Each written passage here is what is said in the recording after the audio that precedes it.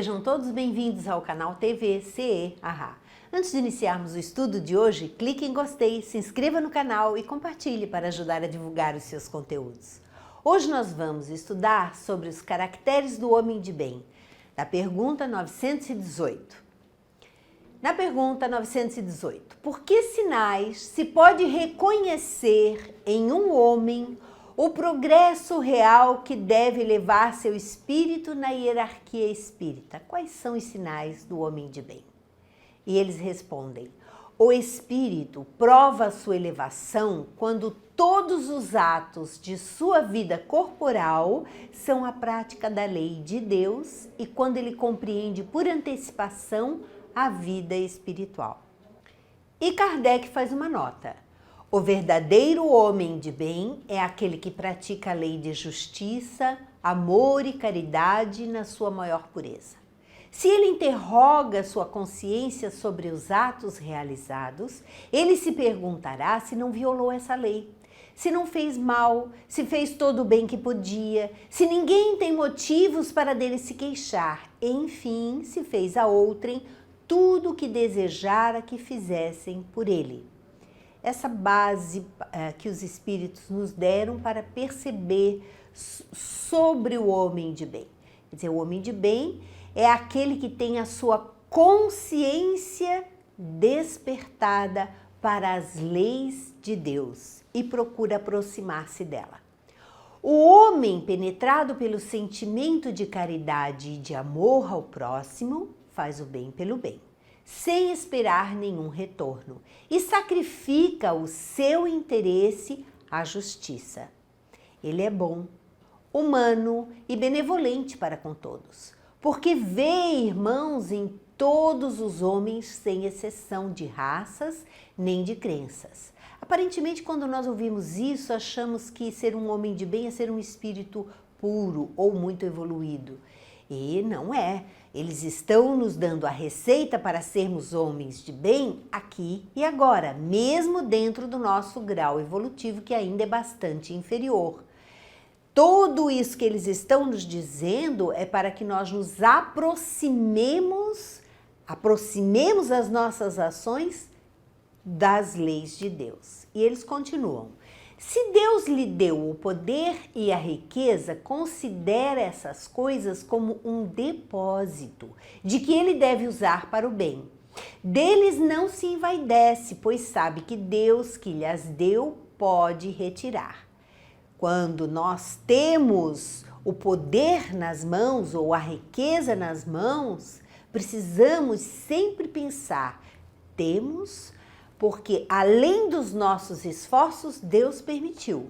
Porque se Deus não permitisse, mesmo com todos os nossos esforços, nós não a conseguiríamos. Se a ordem social colocou homens sob nossa dependência, ele os trata com bondade e benevolência, porque são seus iguais perante Deus. Usa da sua autoridade para lhes levantar o moral e não para os esmagar com seu orgulho. Ou seja, aquele que tem o poder procura tratar os seus subordinados de maneira digna e não ferindo-lhes as suscetibilidades. Ele é indulgente para com as fraquezas de outrem, porque sabe que ele mesmo precisa de indulgência e lembra-se dessas palavras do Cristo: aquele que é sem pecado, atire a primeira pedra. Não é vingativo. A exemplo de Jesus, ele perdoa as ofensas, para só se lembrar dos benefícios, pois sabe que lhe será perdoado como ele próprio houver perdoado. E aqui cabe todo o nosso esforço para superarmos nossas mágoas, para superarmos nossas tendências inferiores e nos aproximarmos do perdão, porque é o perdão que vai nos libertar, é o perdão que vai nos trazer paz de espírito e uma condição de vida mais digna mesmo aqui na Terra. Ele respeita, enfim, em seus semelhantes todos os direitos dados pelas leis da natureza. Como quereria que os respeitassem para com ele? É aquele que faz ao outro aquilo que gostaria que fosse feito para ele mesmo. É um aprendizado que levará muitas encarnações ainda. Mas se não começarmos agora, se não tomarmos tento, não prestarmos atenção naquilo que estamos realizando agora nas nossas vidas, esse aprendizado não começará. E os espíritos que já alcançaram isso, um dia eles começaram. Por isso, a nossa decisão de começar hoje é importante.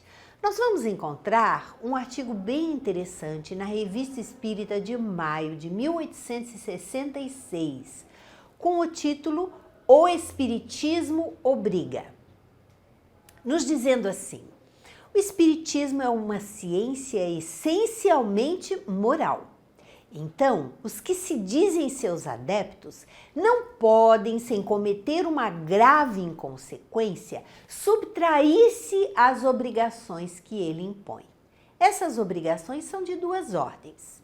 A primeira concerne o indivíduo que, ajudado pelas claridades intelectuais que a doutrina espalha, pode melhor compreender o valor de cada um de seus atos, melhor sondar todos os refolhos de sua consciência, melhor apreciar a infinita bondade de Deus.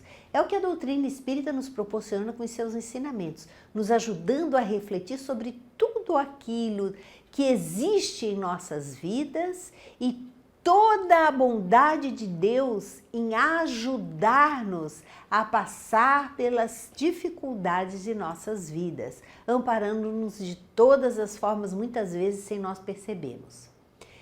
Que não quer a morte do pecador, mas que ele se converta e viva, e que para lhe deixar a possibilidade de erguer-se de suas quedas, lhe deu a longa série de existências sucessivas, e em cada uma das quais, levando o peso de suas faltas passadas, ele pode adquirir novos conhecimentos e novas forças, fazendo-o evitar o mal e praticar o que é conforme a justiça e a caridade.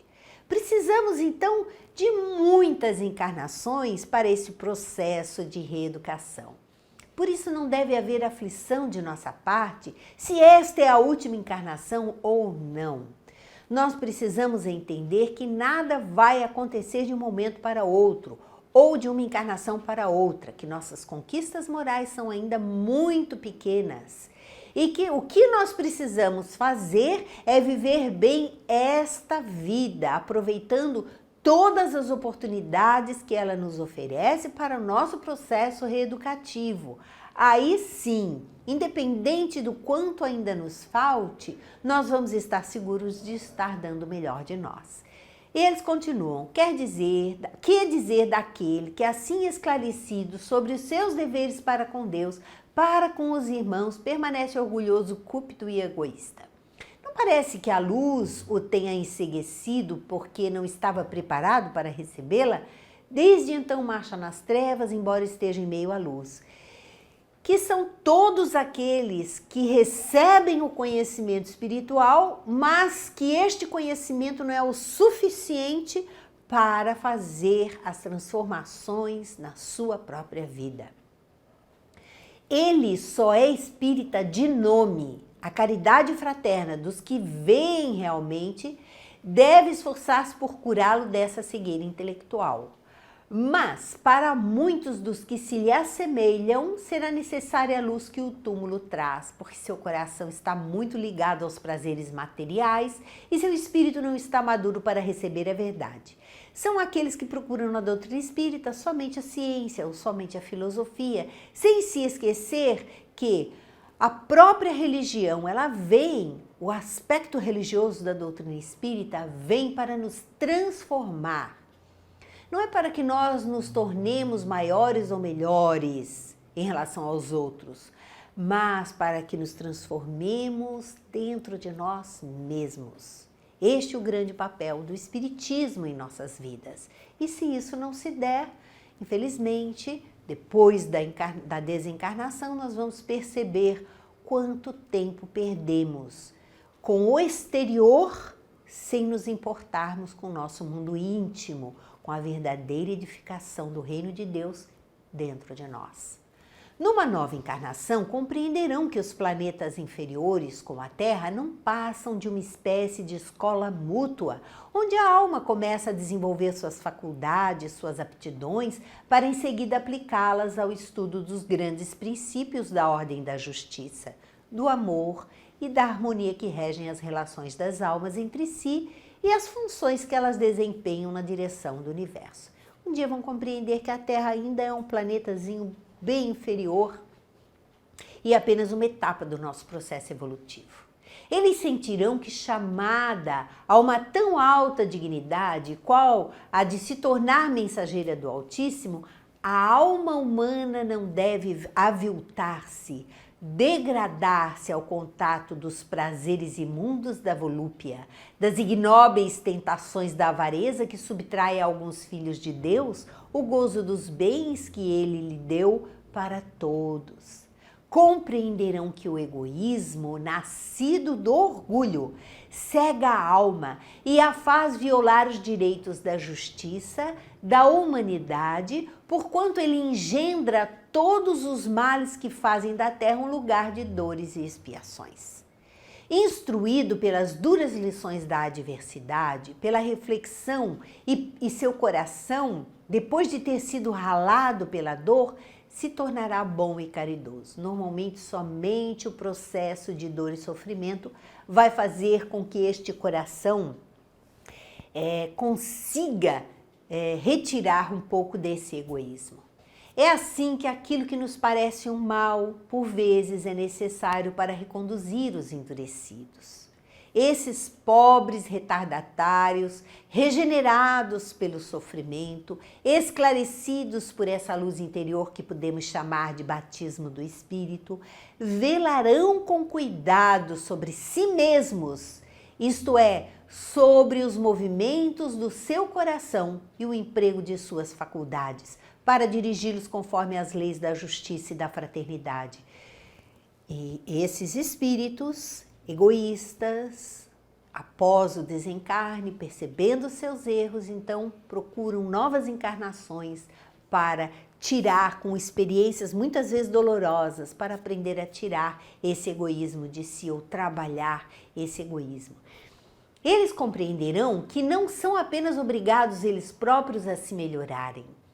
Cálculo egoísta que impede o atingimento do objetivo visado por Deus, mas que a segunda ordem das obrigações do espírita, que decorre necessariamente da primeira, e a completa é a do exemplo, que é o melhor meio de propagação e renovação. Então o ser aprende que é através do exemplo que ele vai conseguir trabalhar-se e trabalhar o outro. Com efeito, aquele que está convencido da excelência dos princípios que lhe são ensinados e que devem, se a eles conformar a sua conduta, proporcionar-lhe uma felicidade duradoura, não pode, se estiver verdadeiramente animado dessa caridade fraterna que está na própria essência do Espiritismo, se não desejar que sejam compreendidos por todos os homens.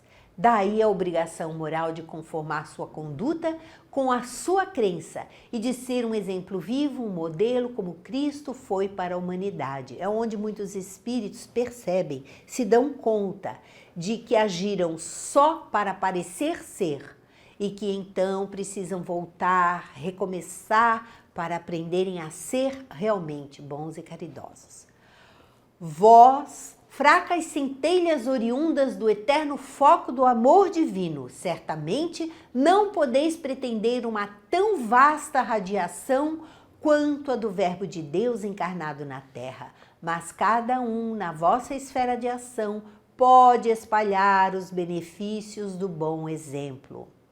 Podeis fazer com que a virtude seja amada, cercando-a do encanto dessa benevolência constante que atrai, cativa e mostra, enfim, que a prática do bem é coisa fácil, que gera a felicidade íntima da consciência, que se colocou sob a sua lei, pois ela é o cumprimento da vontade divina que nos fez dizer por intermédio do seu Cristo: sede perfeitos como vosso Pai Celestial é perfeito. Ora, O Espiritismo não é senão a aplicação verdadeira dos princípios da moral ensinada por Jesus. Porque não é senão com o objetivo de fazê-la por todos compreendida, a fim de que por ela todos progridam mais rapidamente, que Deus permite esta universal manifestação do Espírito, vindo explicar-vos e que vos parecia obscuro e vos ensinar toda a verdade. Kardec falando das manifestações dos Espíritos por todo o mundo, que pôde dar a formação da doutrina espírita e todos esses conhecimentos que eles passaram para nós, nos ajudando a desenvolver em cada um de nós virtudes que nos facilitassem a existência.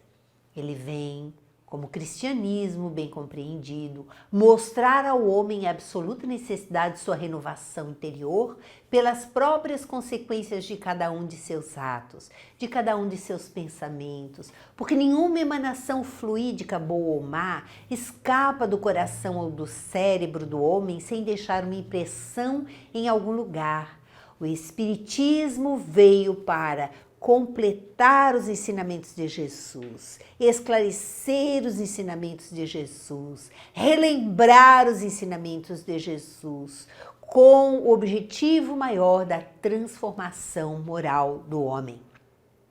O mundo invisível que vos cerca é para vós esse livro de vida, onde tudo se escreve com uma incrível fidelidade, e a balança da justiça divina não é senão uma figura que revela cada um dos vossos atos, cada um dos vossos sentimentos. É, de certo modo, o peso que sobrecarrega a vossa alma e a impede de elevar-se, ou que traz o equilíbrio entre o bem e o mal. Tudo isso está na nossa consciência. Feliz aqueles cujos sentimentos partem de um coração puro. Ele espalha em seu redor uma suave atmosfera que faz amar a virtude e atrai os bons espíritos. Seu poder de radiação é tanto maior quanto mais humilde for e, consequentemente, mais desprendido das influências materiais que atraem a alma e a impedem de progredir. São esses seres maravilhosos que tiveram na face da terra e que ainda estão para nos esclarecer, para nos amparar, para nos ajudar com os seus exemplos de amor. As obrigações impostas pelo Espiritismo são, portanto, de uma natureza essencialmente moral, porque são uma consequência da crença. Cada um é juiz e parte em sua própria causa, mas as claridades intelectuais que ele traz a quem realmente quer conhecer-se a si mesmo e trabalhar em seu melhoramento são tais que amedrontam os pusilânimes. E é por isso que ele é rejeitado por tantas pessoas. Outros tratam de conciliar a reforma que sua razão lhe demonstra ser uma necessidade com as exigências da sociedade atual. Daí uma mistura heterogênea, uma falta de unidade que faz da época atual um estado transitório. Todos os tipos de pessoas, com todos os tipos do pensamento, estudam o Espiritismo. Mas nem todo mundo ainda percebeu que o objetivo maior do Espiritismo é a reforma moral de cada um. É muito difícil para a vossa pobre natureza corporal despojar-se de suas imperfeições para revestir o homem novo, isto é, o homem que vive segundo os princípios de justiça e de harmonia desejados por Deus. Com esforços perseverantes, nada obstante, lá chegareis. Impostas, porque as obrigações impostas à consciência, quando suficientemente esclarecida, têm mais força do que jamais terão as leis humanas baseadas no constrangimento de um obscurantismo religioso que não suporta exame.